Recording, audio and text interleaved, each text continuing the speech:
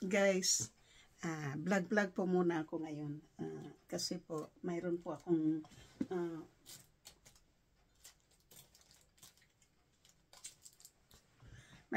sasabihin po sa inyo. So kayo gusto ko lang po na i-share ko itong aking experience po ngayon dito po sa Facebook at TikTok. Noong Webis po, maghapon po akong tumatawag sa Bank of America hanggang sa 8 o'clock, sa 8:30 ng gabi po, na nakipag-deal po ako doon kasi may gumamit po ng ating credit card. So natapos po yung kahapon ng alas 10:30 ng umaga po. Mula ng pagkising ko, tumawag ako uli. Hanggang sa nakailang tawag po ako hanggang sa finally binigyan po ako ng phone number doon sa fraud department po ng Bank of America. At ipinaliwanag ko po kung magkano lang po yung aking kung ano po yung gusto kong i-dispute. So nasolve na po yung problema ko po dito po sa Bank of America. So kaninang umaga po uli, pagising ko po, mayroon po akong alert sa isa ko pong credit card. Ayun naman po ay ang Citibank credit card. Yung limit ko po sa Bank of America ay 3,500. Ang limit ko po sa Bank of America. Napulipid po yan kasi binayaran po ng pulipid po yung aking credit card na Bank of America. Ganon din po ang aking Citibank credit card. Pulipid din po. Kasi binayaran din po ng buo yan. 2,225 po ang limit po niyan.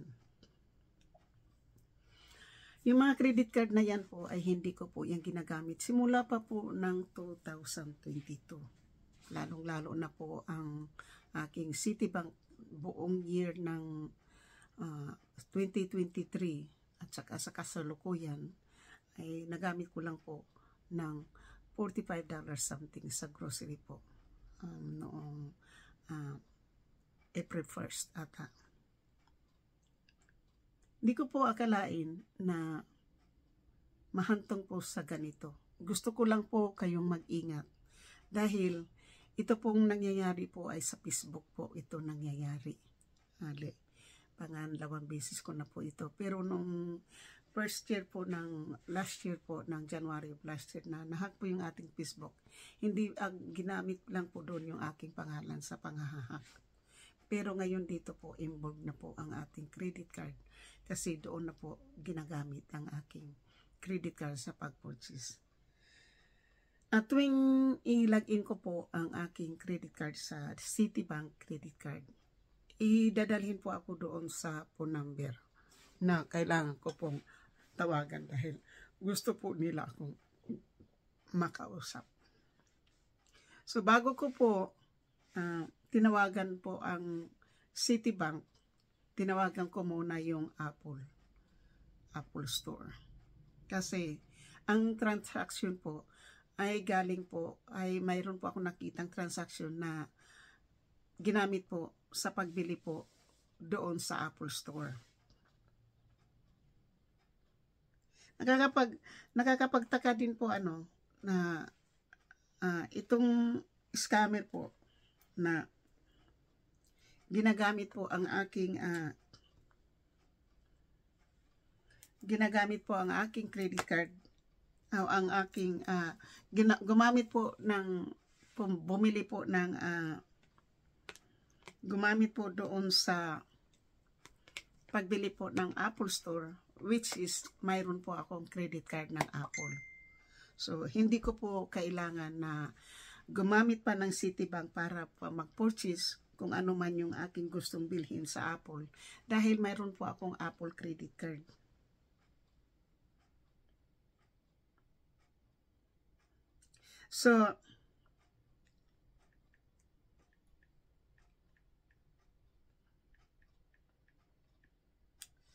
So ngayon po, tinawagan ko yung Apple at pinadispute pinadispute ko po yung transaction.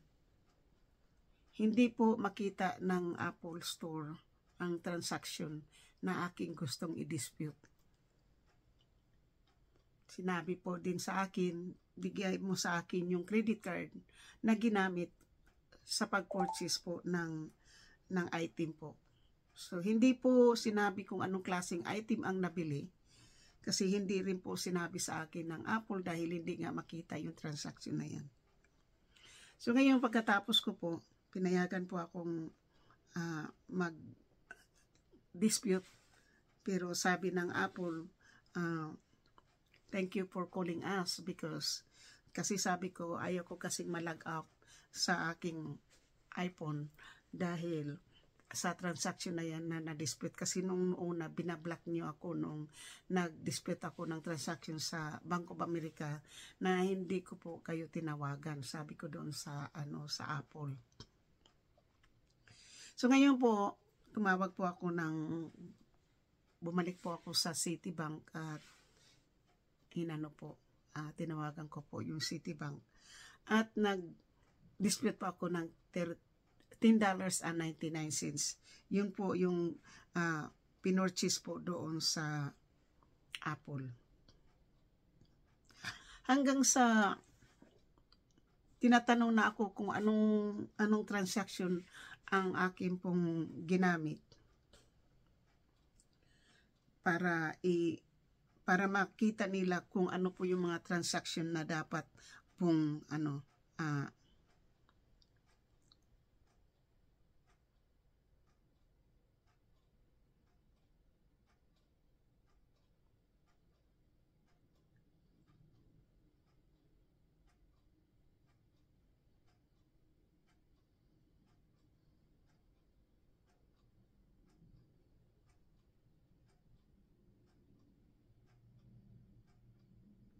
kung ano pong dapat, ano pong klaseng transaction ang dapat ko pong i-cancel po o yung i-dispute. So sabi ko doon sa banker po na ang i-dispute ko po ay ang purchase po ng Apple Bells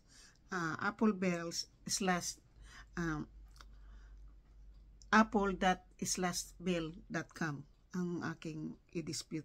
Total of $10.99. At tinanong po ako kung ano pa pong klaseng purchase ang aking ginawa.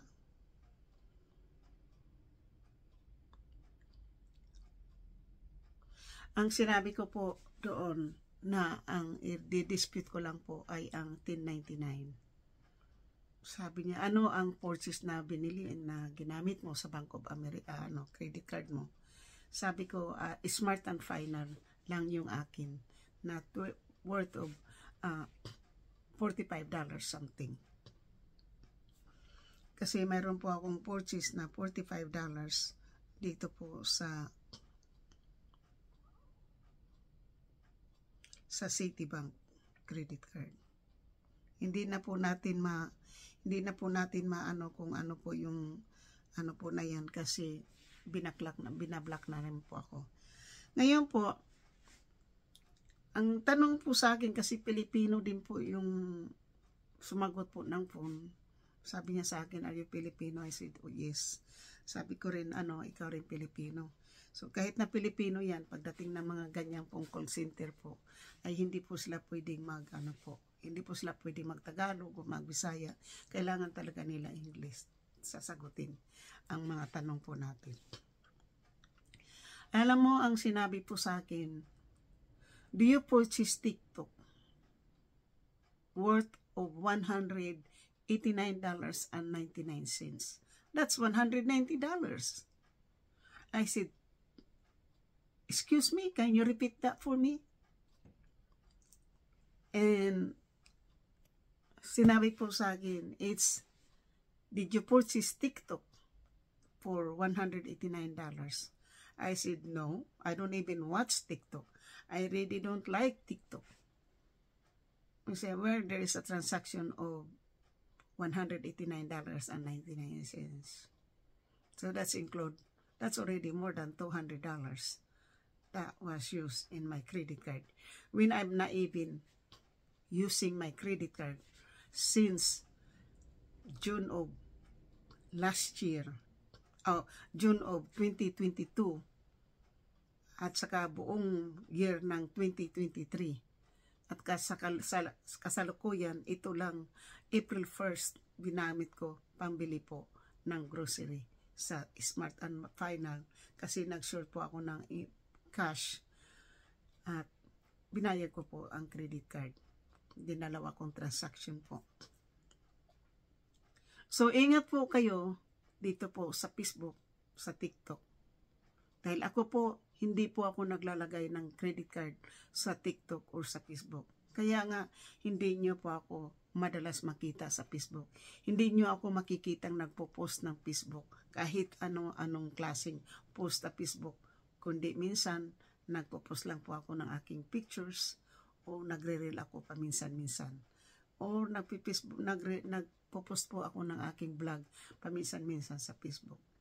Pero, panoorin ko po yung TikTok ni hindi ko po kailangan manood ng TikTok. Kasi ayaw ko po manood ng mga TikTok. Ayaw ko pong manood sa inyong mga TikTok na sumasayaw-sayaw kayo sa harapan po ng camera para ipakita po sa mga tao. Hindi ko po yan ginagawa. At ayaw ko pong manood ng mga TikTok kahit na mga kaibigan ko na nagsayaw-sayaw sa harapan po ng TikTok, ng harapan ng camera para ipakita po sa mga tao. Inaano ko lang po ito ngayon, bino-voice out ko lang po for the safety po sa ating kapakanan, sa ating lahat na ang scammer ngayon po nagkakalat dito po sa Facebook.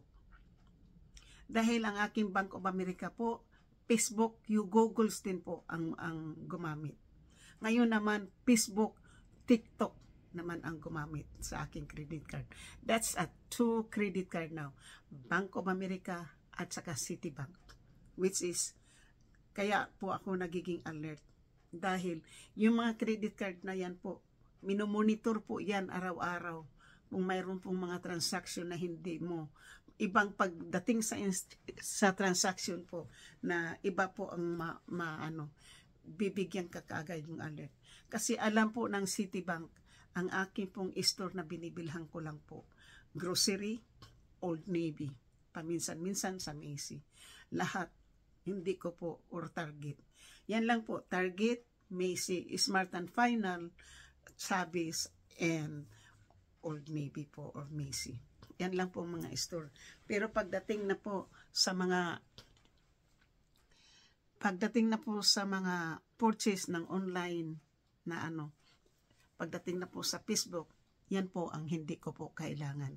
Lalong-lalo na paggamitin po na bibili po ng Apple. Dahil mayroon po akong Apple credit card. Papakita ko po sa inyo kung anong klase yung Apple credit card po. Ang Apple credit card po, walang number.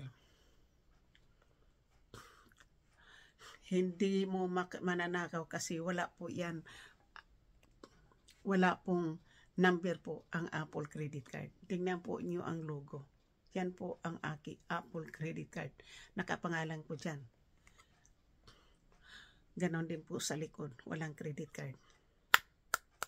Hindi po plastic, kundi parang aluminum ang credit card po ng So, ito po yung ginagamit ko. Hindi ko po dinidecline at hindi ko po nire-refuse o dinidispute po ang aking pong mga ginagamit sa pagpapalipad. Kasi ginagamit ko din po yan sa pagpapalipad.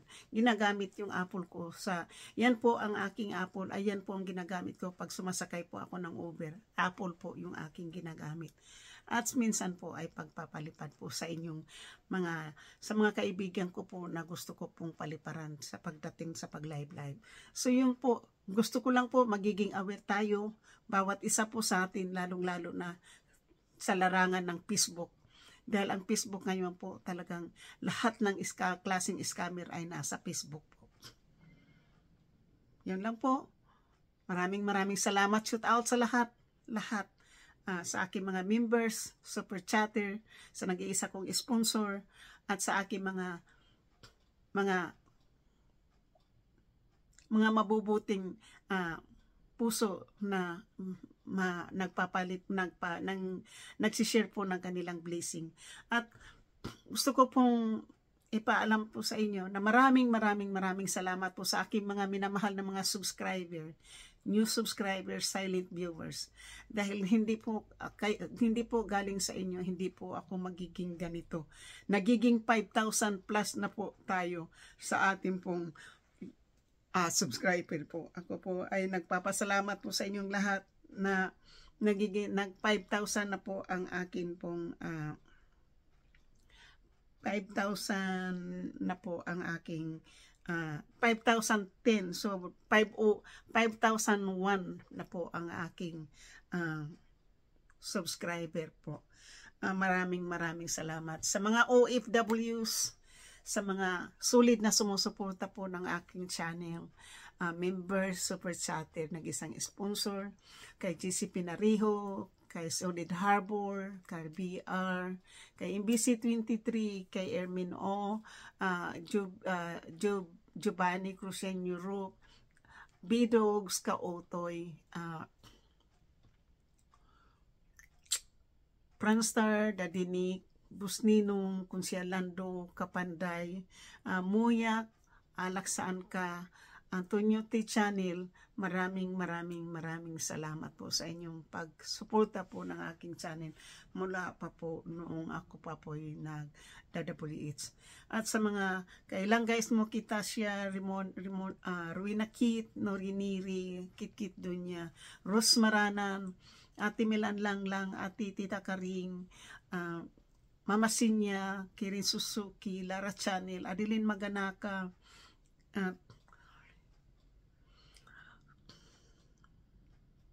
at sa iba pa pong hindi ko po kayo mamimension. Maraming salamat po sa inyong lahat na sumusuporta din po sa aking channel.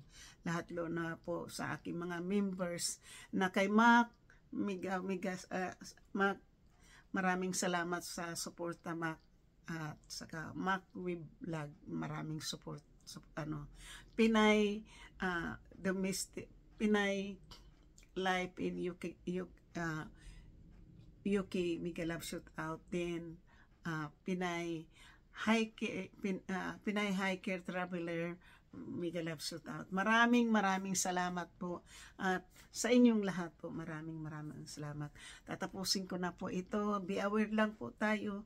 Gusto ko lang pong i-share sa inyo ang aking pong narindama ngayon. Dahil mukhang nag-down po ako kahapon. Umiyak po ako kahapon. Dahil po nga sa nangyari po sa akin. Biro mo po, 2 credit card ang hinak po ngayon ng Facebook sa akin.